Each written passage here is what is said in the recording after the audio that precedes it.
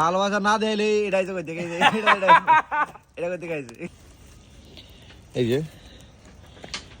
মানে সন্ধ্যার সময় আইসা প্রতিদিন এখানে বসে বসে আগুন পোয়াবে আর বাদাম খাবে।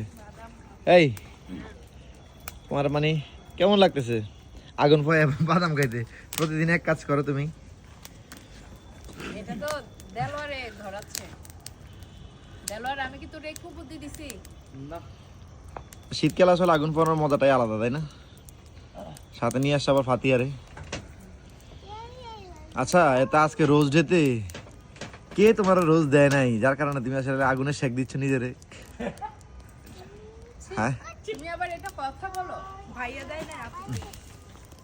কাস্টমাররা পর্যন্ত আজকে গোলাপ দিতে আমার। তুমি চিন্তা করো, রোজ ডে কি পালন করা ভালো? ভালো রে দেলার পালন করা মানে এটা ভালোবাসা প্রকাশ। ভালোবাসাকে তোমাকে আমি একদিন দেখাবো।